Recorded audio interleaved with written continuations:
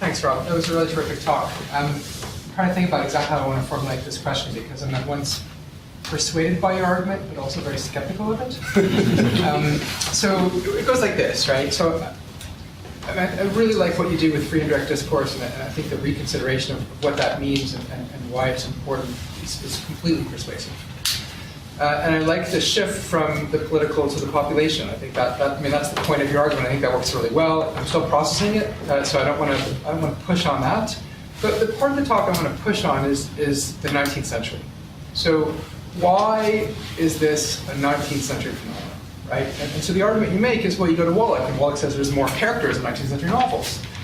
But are there? I wonder. I mean, and the reason I ask that is, I think that if you look at some 18th century novels, right, like Richardson, for example, you have a very small set of very thickly drawn characters, and that seems to work. You compare that, but does that really, when you really push that, if you think about even a Defoe novel, whether you want to call that a novel or not, open question, but tons of characters come through those novels. Mostly not Robinson Crusoe, but more urban novels. Tons of characters come through them. Moll Flanders or Roxana, right? And if you think about even Sterne, right? There's loads of characters in Sterne, and when you start thinking about it narratives, right? I mean, as these objects circulate, they circulate through tons of people and tons of different kinds of people. Okay, so that's one question: is why is this a 19th century phenomenon? What's the payoff of calling it a 19th century phenomenon? And the second question is related to that, which is.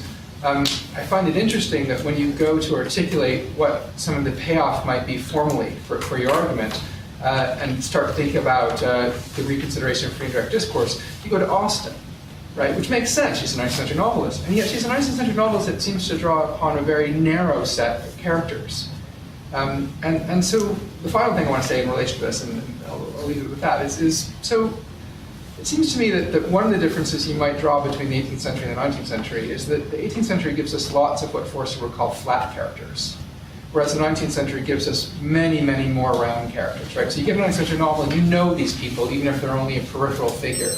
Yeah. And that you know them because of the reasons that you described, right? The free and direct discourse gives us their comportments and their instincts in a way that they can't know themselves. But doesn't it seem to be more interesting for a population argument, the flat character, the character that kind of constitutes a data set for statistics?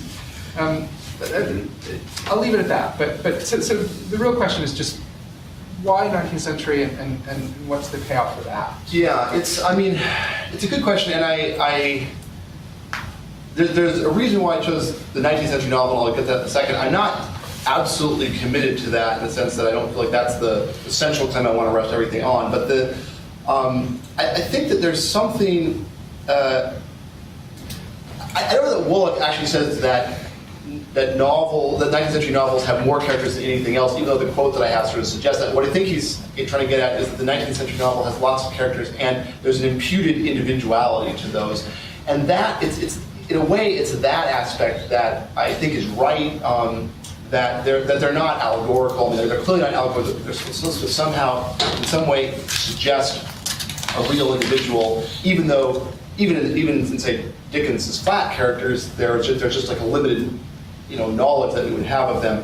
So it was that dynamic I was interested in. It's also, to some extent, the fact that after Malthus, population becomes a much more important term. I don't mean that you couldn't find any of these elements in the 18th century, but I felt like there's a sort of a constellation of different things that come together in the 19th century that make this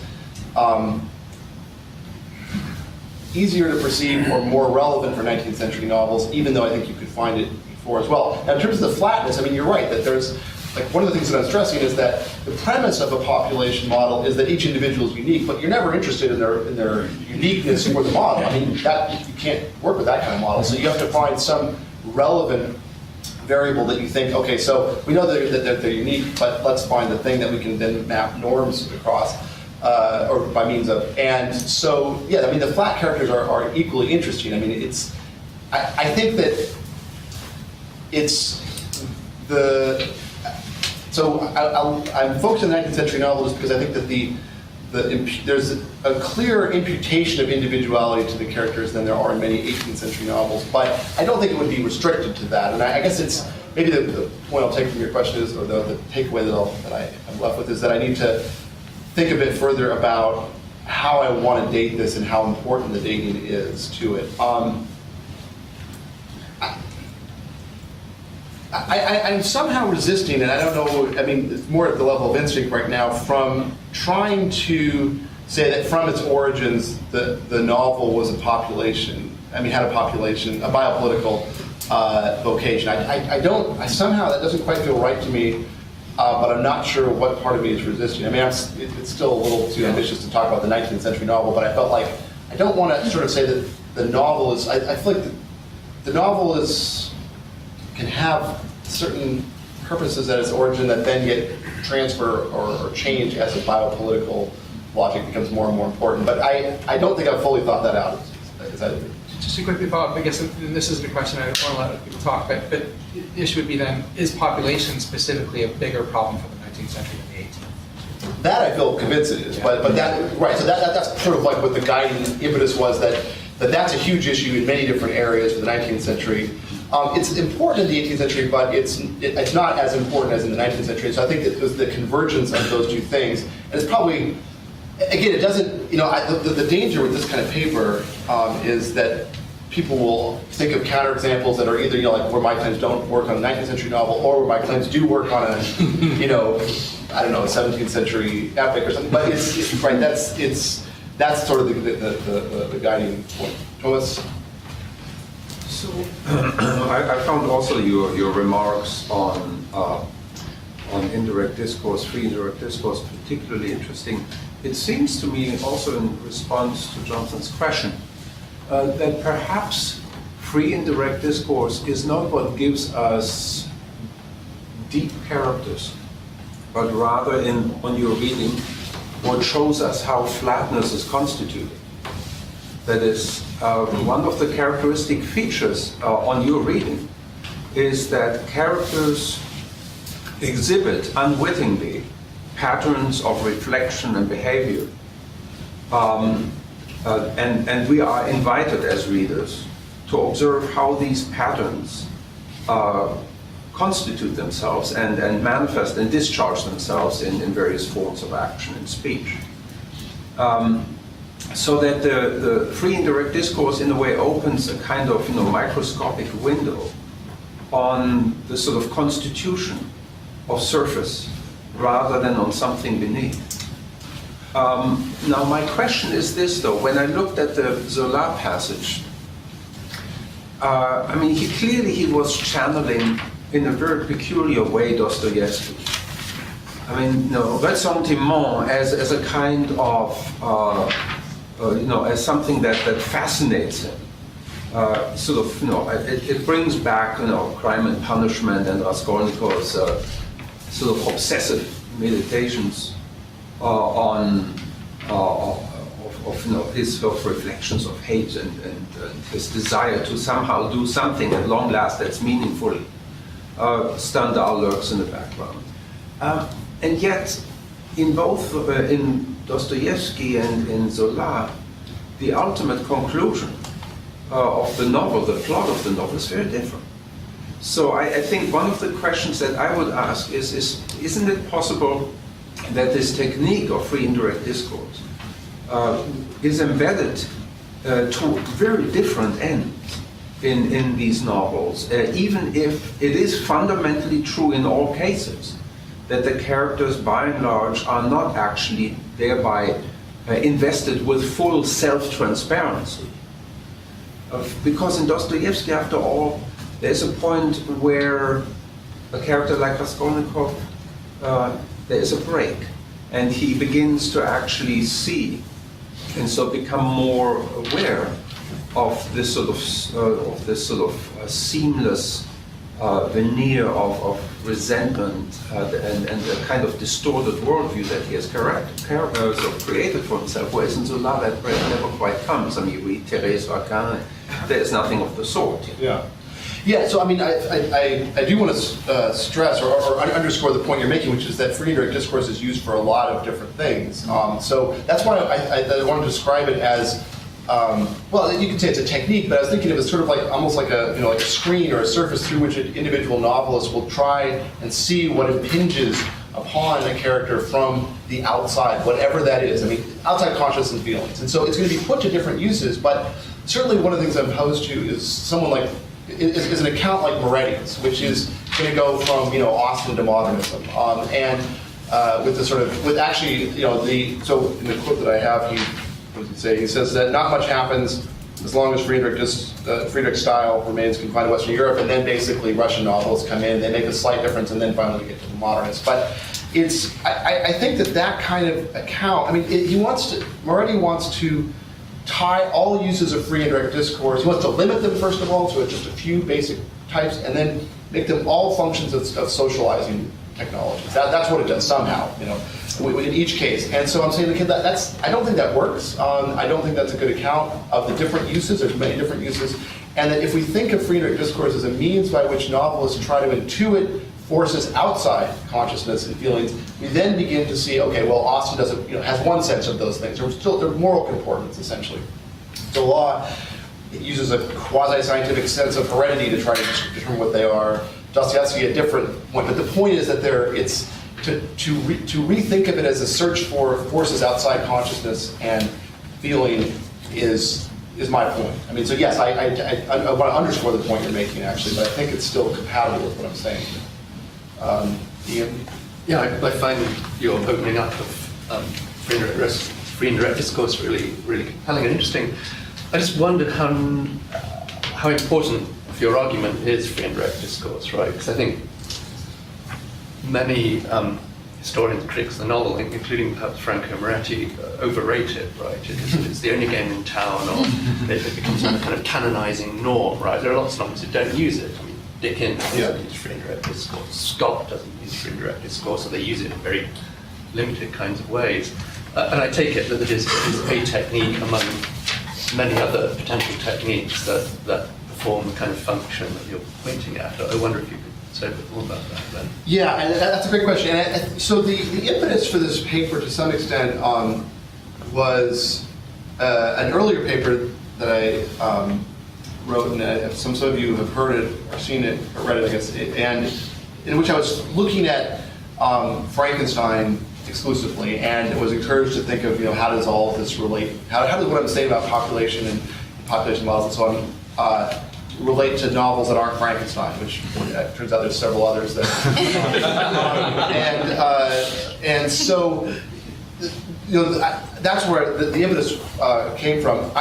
So there's another way of saying that that free and direct discourse is important, but it's not the key. I mean, there are other techniques. However, I do think, and this is more of an intuition at this point than something I can really argue fully, but my sense is, I'm interested in that canonizing dimension that you're talking about, because I think that a number of the novels that we think of as canonical, I mean, there's, as Nancy was discussing yesterday, there's all kinds of reasons having to do with the post-war period for which novels were canonized, but there's a certain self-reflexivity that free and direct discourse encourages that becomes sort of the paradigm for what counts as like a good novel.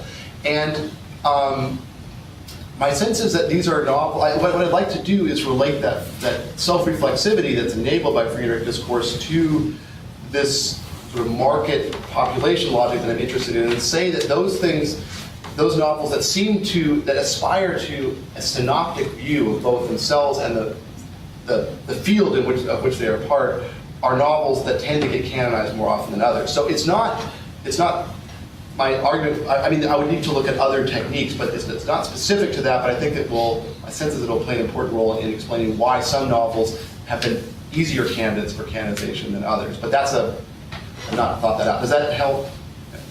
Nancy and then David. Okay, this touches on a couple of questions, Jonathan's and Ian's. Why is this a 19th century phenomenon? And I think that you need Darwin or something. I think you need to go to the realm of biology, to the biological term, to some degree, to explain that. I mean, it was interesting to me that in explaining Wallach, you left out that component, a nasty component. But he also talks about this crowded field, and there's a competitive model. The minor characters, you have to compete to be a major character. I mean, and Moretti's market works the same way. Right. Okay, it isn't just to nudge the reader, it is to seduce, I mean, implicitly, it is to move the reader and to survive in the book market. The slaughterhouse of literature is Yeah. all about that. Yeah. That nasty 19th century component of, you think it's, well, you can say that it's, you know, Darwinian or capitalist or whatever, but it's a competitive model that characters are competing for space, which made me think of yesterday's discussion and the condition of scarcity, which you don't have in most 18th century novels. I mean, people may be in the wrong position in the social hierarchy in Austen or Pamela or something like that, but there's not a prevailing sense of scarcity in the sort of chromatome they are defining themselves, in which they're defining themselves. In the 19th century, there is something is happening to the taxonomy that seems to have a much more secure existence in the 18th century novel, it seems to me. I just like you to take, you know, the biological term and take it to your notion of population. I know if Charlotte Sussman were here, she would say that population is defined differently in the 18th century. And just play with that, because that was a sort of missing from your Moretti-Wallach. Yeah, no, I mean, you're right. So in my summary of Wallach, I did not stress the zero-sumness that he sees at play. And what your comment you think of is that there's a tension in Wallach's account between the zero-sum logic by means of which he explains what happens when you have multiple characters. Like basically, each one is like trying to elbow each other to capture space. And on the other hand, his claim that each one has the right to a voice. The reason I left this out is because my sense is that he imports back into character relations the model of the market that he actually is not very interested in and doesn't talk about. So in other words, what's true. So I mean, I do think that at the level of the market, these novels are competing for, for Well, I also think, Dickens, who resembles the 18th century in a sort of character types, black characters and all that. But there's scarcity driving that machine. And nobody ever is going to have, one of the things that proves it's not every single person is going to have a voice. I mean, that's what Chancery Court in Gleehouse. Right, and so what I'm suggesting is that we not look at the character system solely as a zero-sum game of voices that want to be heard, but actually as a That's solution what I model. want to hear. Yeah, I mean, it's like, here's the proper number of characters in order to figure out, in order to model whatever that novelist thinks is important about these populations. So it's not too much, it's not too little, it's the right amount. And they're not competing to each have their voice heard. If we imagine these as real people, maybe we can imagine that in terms of the political sphere, but that's not all that the novel's doing. So now the bigger point you're making and that Jonathan was making, or that, so the 2 points together about, well, I think in a way you're saying, Rob, this is an event called the Biological Turn in Literary Studies. Maybe you could think about how that relates to your paper. That was my Mrs. Galloway gesture, yeah. Right, so that's a good point. Yeah, I probably should have thought of that. But worried about getting the speakers here. So you're right. I mean, Darwin's going to be kind of late for me. I wouldn't want to. Yeah, I think you're right, and certainly Foucault would be another possibility. Sort of the emergence of biology versus natural history and the ways in which that suggests an unfathomable darkness that from which things forces, insects, drives, and so on emerge, but yet can't be fully known. That might be another way of doing that. But I see that both yours and Jonathan's points are helpful about trying to think about how to clarify this. Davide had a question, and then Tim. Yeah, I'd also like to think about linking your argument backwards to the 18th century, though in a slightly different way. And it's because you said at the beginning of your talk that you see the 19th century novel as working on a model of inoculation, which is the exact same thought I've been having about 18th century novels, with the obvious caveat that it doesn't quite work the same way in terms of historicizing our actual understanding of inoculation. But I'm thinking about moral novels of the 18th century and the way they imagined inculcating morals in readers, which was precisely by showing them immorality in sort of small, controlled, inert doses, and that by doing that, what actually happened is that you would prevent them from, you would inoculate them against immorality in a sort of full-fledged, dangerous sense. And that precisely the debates over what constituted a moral novel in the 18th century were because there was a fundamental disagreement over what it meant for a dose to be inert or in the right form or small enough so as not to be dangerous, right? So it actually, and again, it's somehow prefiguring the actual understanding of inoculation, and yet I really think it's there. I think that basically that's the novel form of the 18th century in many ways too, a model of inoculation. So I wonder, well, Yeah. that's not really a question so much as I wonder what you would say in response to that if it actually does resonate with your argument the way I think it does. Yeah, I mean, well, certainly the smallpox campaigns that are talking about were 18th century phenomenon, and it's. I mean, I'm interested both in the campaigns, but also about the debates. I mean, because it was much more successful in England than it was in France, for example.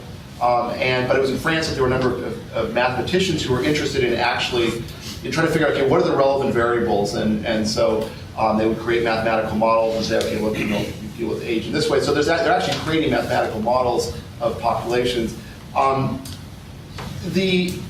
I see the point you're making, which is that there's like this inoculation logic that's guiding how people are understanding the relationship of novels to morality. I am interested in novels in which the relevant forces are understood as somehow outside the realm of conscious choice, and so that's why maybe I'm positioning Austen as almost like an 18th century author that happens, write most of the 19th century. But so I think. I guess I would say that I see the same logic, but I think it's different when suddenly, I will say that Zola is a figure through which I'm seeing a lot of this. Or he helps me to think about this because it's most explicit in him, because he has some quasi-scientific theory of heredity and so on. But so that I find it, when it's not solely in the realm of morality. So you're sort of going in the different direction. You're saying like morality is understood in these immunitary, this logic of inoculation, and I'm interested in, well, what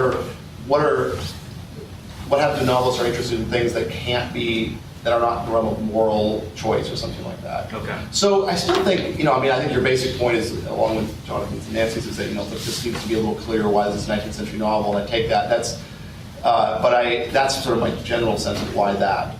I think too. Yeah, I'm not sure how to put this.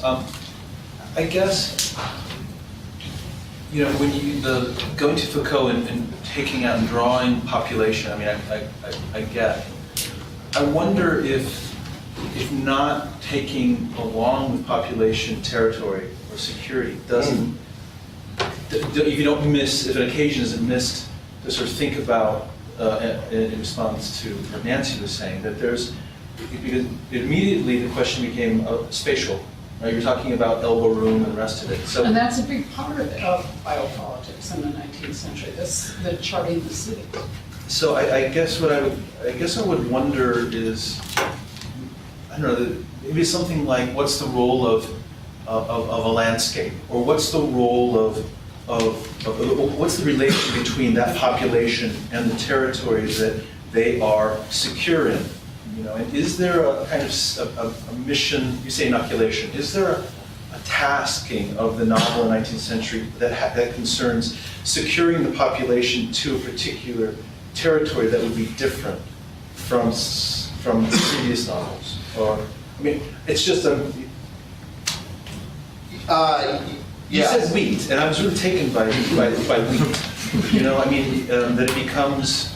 You said a minor character or a major character or something. What role would that have in this question of a population being relating the population to a certain kind of territory or space or urban space or not? Yeah, and I think this will help. I think this will begin to answer the question.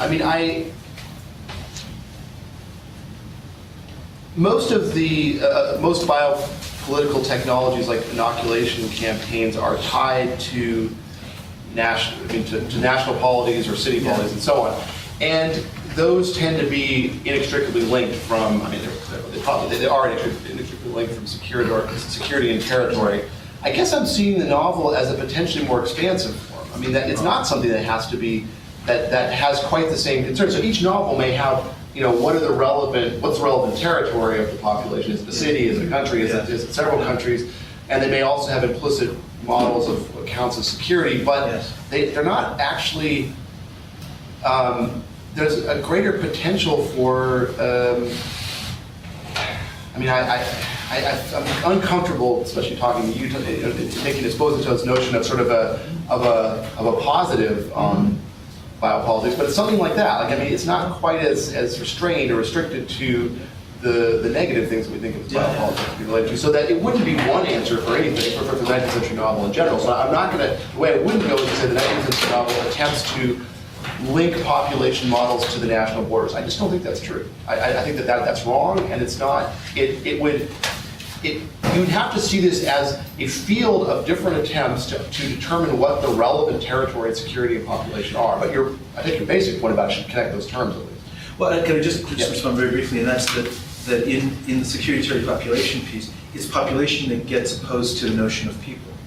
So, right? So there's some kind of softening, if you want, or a blurring of what qualifies as people to the degree that one turns to population.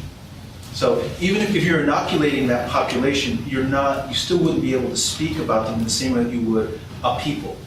Right. Presumably, right? Okay. Mm-hmm. Right. But there's different versions of that. And one of the things I do want to stress, and maybe I stressed it enough, is just that this isn't all biological determinism. Certainly the smallpox example is about biological exposure, but my bigger point is I think that the logic of population is not tied to differences that occur across a field of unique individuals. That's my basic point. Foucault doesn't say that, but that's what I think he doesn't say that because he's more interested in accounting for the emergence of this concept in which the relevant differences were understood as biological, but I don't think it's tied to that. Yeah, I'm interested in having loyalty to Foucault. And that's Philip, Bill, and then Ian. So I think that all the confusion between the 19th and the 18th century novel and your model comes from possibly choosing the wrong biologist. I don't think Ernst Mayr can do what you need here. I think you need R.A. Fisher, Maynard Smith, the truly great population geneticists from the early 20th century, because for them, the model was not about unique individuals. It was about the adventures of genome frequencies as they spread through populations. So you wouldn't be looking at character, you'd be looking at features of characters. Variations. So, exactly. So, for example, you would think about conflicting impulses within the mind of a George Eliot character, each impulse individually. And then when you look at the problem of flat character, right? So in Dickens, a flat character really is something akin to a gene, or to a variation, or to an expression of a gene, because it's a synecdoche, right? It's a little piece of something. A flat character in the 18th century is more likely to be either an allegory or a stock character or a type, which is a completely different question. So in biology, we often study populations of clones, right, who are not unique individuals, but we don't care because what we're interested in is competing traits between maybe one population of clones and another. So this also allows you to get away from liberalism's emphasis on individuality, which I think is one of the things a biopolitical reading promises us the possibility of. And the final thing is that with regard to the problem of inoculation, when inoculation eventually became displaced by vaccination, which was way more effective and more contentious, then you started to really get the explosion of the kinds of things that Foucault is talking about with biopolitics and variations in different subgroups, right, and trends. So the original model, which goes back to the 1720s of inoculation, works exactly the way I think Davide was describing 18th century novels. The model is a little bit of poison, you take it and then you get better. It's not really thinking at that population scale so much as Miss Aristocratic person, your future children, as opposed to government official your population. So I think that if you were to really hardwire or tightly tether your analysis to population biology as opposed to Ernst Mayr, who's, I think, a really retrograde thinker actually when he comes around with his emphasis on, I mean, he opposed hybrid theory, for example. He reified a species concept that had been abandoned and was later abandoned again. So I wonder why you chose him. Well, I mean, yeah. So that's incredibly helpful, and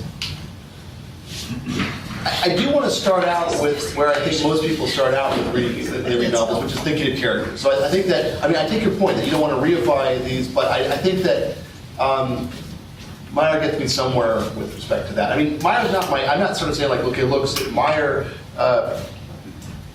proves to us that individual difference is correct, and hence, you know, whatever I'm saying about unique individuals is great. I mean, I think it's just, for me, sort of a useful technique for seeing what that might look like, you know, practically as a premise, a scientific premise. I like I mean, yeah, I hadn't thought about somebody like Fisher, but that would be an interesting way to think about this. I mean, tactically, it's always a question of how much, you know, if I'm writing this up for a mostly literary critical audience, I don't know, I want to have too many geneticists in there. Because, I mean, you know, it's also, I also use Mayr because he's Moretti's go-to guy, and so it's like a way of... But that's part of what's wrong with Moretti.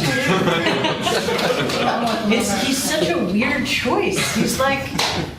He's such an unfashionable biologist for biologists right now because of his emphasis on the sanctity of the species and the reality of the individual. Well, I mean, okay, so part of it, I mean, what I like about Mayr is this quote about population thinking versus typological thinking. I mean, that does some work for me, I think, and it's a, but I think the bigger point, I mean, one thing I don't want to end up with, though, is a sort of like Richard Dawkins position where I'm just looking at the selfish genes that, you know, or whatever the version is that sort of, you know, compete for dominance, you know, these assemblages of what we would normally think of as individuals, but now we just think of them as assemblages of characters. I know Fisher's not Dawkins, but I sort of want to avoid that. That's a really good point, too. Yeah, it'd be very easy to end up doing that. What's the question? It's on a different track from this discussion. So. And just briefly, I mean, your comments certainly are fascinating in their own right, but they also do, to me at least, seem to raise the question whether there is a limit as regards mapping a biological discourse onto the novel. And I personally wonder your aspiration, as you said, to move away from individuality. I mean, it seems that it appears to me that you have demurred at a certain form of, let's say, more humanistic normativity, but you seem just as insistent to supplant it with a form of biological normativity. I mean, I'm not sure what is actually gained by that. So that would be a different discussion, but I think at a certain point you would lose sight of the text's specifics if you persist too far down that road. I mean, it becomes an actuarial exercise. Yeah, maybe, yeah, okay, that's helpful too. I wanted to pick up some of what, from what Tim's question, to ask not so much about territory and not national territory, but environment, in a sense, and this comes from your wonderful comments about wheat and battle being given a kind of agency. I mean, one of the things that seems characteristic of 19th century novels, but not 18th century ones, although I'm happy to stand corrected, is that there is this kind of determinative actantial force that, say, you know, Paris or the Cathedral of Notre Dame has in Hugo's Notre Dame de Paris, or London has in Dickens, or Egdon Heath has in Hardy, this sense of environments, whether they're built environments or natural environments, exercising a kind of force in the novels, and I'm wondering if that might be helpful. Yes, I think that is, I mean, it was not articulated in my mind, but that is, certainly someone like Zola is very, very interested in that, as is Balzac. I mean, you know, Balzac has his own sort of quasi so I would call it quasi-scientific, you guys would call it scientific sort of understanding of milieu. So milieu, environment, these are terms that are, I think, much more important. I mean, I feel slightly hesitant to say it's more important in the 18th century, but you would know better than I, so I'll just say, yeah, okay, probably it is, and that's why the 19th century novel. Yeah, and that raises a further question too, doesn't it, right? I mean, if you want to talk about environment in the way that you do, the places you're invoking are cities, right? So it becomes... But not only cities, right? I mean, we can think of all sorts of regional novels that are set out cities. I mean, the Hardy example is one. Yes. Well, that would be the question then, right? Right. Do novels that are based in cities put pressure on population in ways that novels that aren't don't? Yeah, I'm sure To what extent is a population problem, if you want to use it as a model for reading the novel, an issue for cities? I mean, yeah, but it's, I mean, I took your point to be that basically there's more of an interest in how something that's not human, Right. but conditions or is the milieu in which humans exist is determining, and that there's Right. more of an I mean, this emphasis. is it's another version of what you were talking You can be about, free and direct discourse, right? That the novel is somehow mobilizing forces that are not just those of... Exactly, yeah, that's exactly. Right. That's, yeah. I was just going to say that I don't know if you can distinguish, those components of the milieu. I mean, I think even in sort of Hardy's Wessex, that you have the character of wheat, the prices of wheat is affecting that landscape. I'm just ripping off Raymond Williams here, The Country and the City, that, it is, there's no place that's untouched by human character and the condition of scarcity, that I know of. Yeah, I mean, what I think is very interesting is that the English novel, particularly, actually the sort of great 1740s, 1760s, et cetera, these were periods of dearth, or in the case of 1760s, famine, 1765 to 66. And I was just teaching Sentimental Journey, which has absolutely no idea of famine. There's not, and in fact, wheat or grain in the discourses of political economy, that is a character. I mean, everybody's worried about it, etc. And it doesn't show up in the novel at all. And in a certain way, in the 18th century, and in a certain way, we have to be very careful not to buy into the discourse of the, sort of Cambridge School of Demography, which says that everything was getting better and better. Right. There was no famine, no significant mortality due to food shortage, which has now been shown to be absolutely false. And I think, what's interesting is the discrepancy between the reality of famine, chronic food shortage, chronic malnutrition on the one side, and something like compensatory denial of that on the other. And then you get wheat in a much later period, when in fact, it probably didn't have anywhere near the impact that it had. And 18th century France, it's an absolute life or death question for millions of people. So there's a weird disconnect there. Yeah, you're right. And I see the larger logic that you're articulating, which is that there's, or at least I hear you saying that in both the 18th and the 19th century novel, there is an attempt to ignore that which is actually the determining,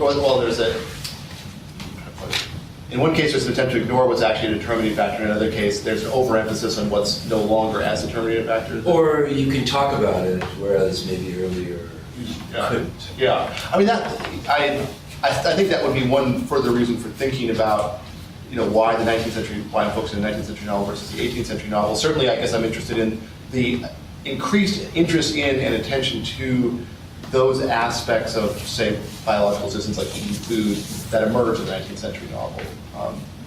Is there time for one more? Yeah, I think so. I wanted to start by commenting on the example of Battle of the Horse, which I love, and the setting for which is a mine. Yeah. So juxtapose that verticality against the horizontality of the field, and it figures a different kind of scarcity.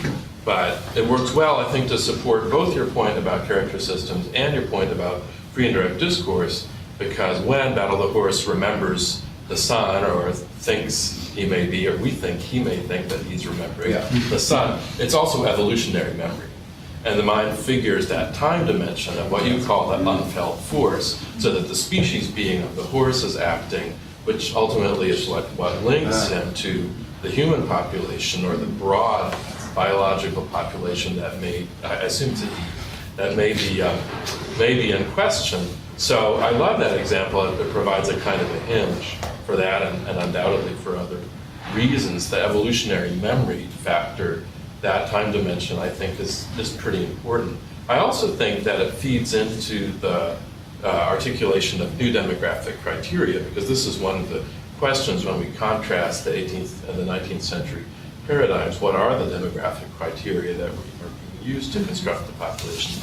The 18th century, they're commonly national, they may be moral, they may have to do with character, and in the 19th century, it may be in terms of class, it may be in terms of more secular demographic constructs. But ultimately, also, I think it is fair to ask how far that new set of criteria anticipates things like allopatric speciation. Isn't that what Fisher's population work enabled, that hypothesis? To what extent is the population now defined in biological terms, meaning outside or beyond that human, non-human distinction? Yeah. Yeah, no, well, first of all, thank you for that. I mean, I hadn't, that's an incredibly helpful reading of Bataille, of the horse. I mean, I hadn't thought about that in terms of the sort of, you're the person I think who would think about this. And so that's incredibly helpful. And the issue of changing criteria for what count as the relevant variables, I mean, that's something I'm very, very interested in. And I'm especially interested in what happens in the end of the 19th century as, some of you may have seen this, a little bit of this work earlier that I presented, but in terms of like people who are interested in horses and horse breeding, the difference between, say, trotter horse breeding versus thoroughbreds, and the way that then gets actually, I mean, there's a lot of these, in the US, a lot of these captains of industry who are trotter breeders, like Leland Stanford, Vanderbilt, these kind of people, and they want to, I mean, they try to figure out how do I isolate a trait like speed and then create a large population of horses such that I can select the one that's fastest so I can beat Vanderbilt next time we have a race.